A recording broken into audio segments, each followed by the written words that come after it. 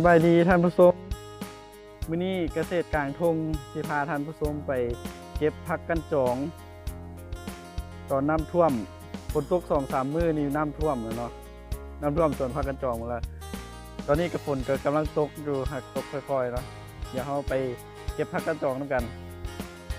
ฝนตก 2-3 มื้อน้ำยืนขึ้นท่วมตัวนี้มันสิเป็นทุ่งนาเฮือล่ะเราต้องย่างผ่านทุ่งนานี่ไปลุยน้ำไปเนาะเพียงเขาอันนั้นแม่กำลังไปกับน้องทรายข้างหน้าพุ่นไปเก็บผักกระจอง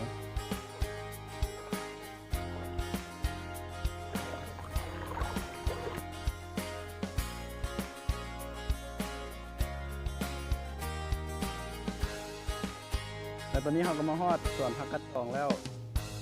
ด้านหลังนี่แม่นสวนผักกระจองเนาะตัวนี้เราปลูกได้เนื้อที่อยู่ประมาณ3 ไร่ปลายนี่แหละน้ำท่วมเหลือแต่ปลายเดี๋ยวเราสิไปเลาะเก็บเบิ่งว่ามันสิได้บ่สิได้ทำใดเนาะเก็บผักกระจองไปเก็บพร้อมกันเลย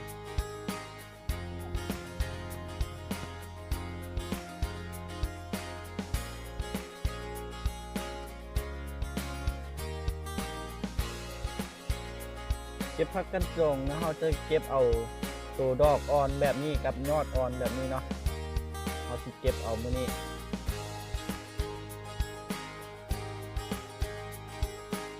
ยาวยืดน้ำ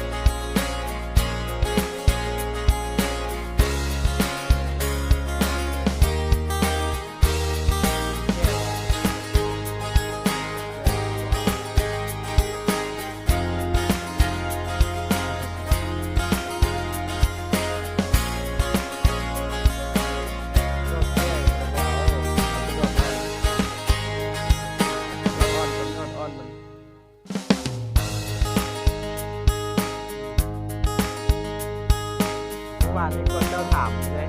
เขาจะถามจะมีคุณร้อนก่อน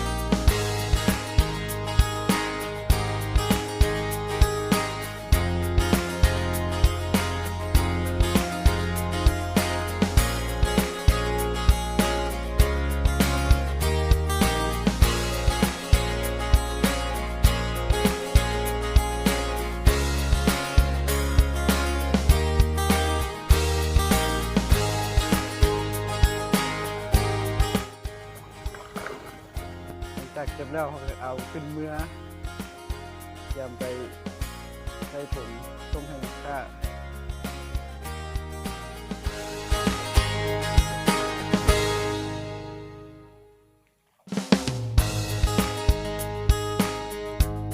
ขอบใจสำหรับการติดตามรับชมเนาะสำหรับคลิปนี้ก็ เ เอาซ้ำนี้เนาะเดี๋ยวไว้เจอกันคลิปหน้าสบายดี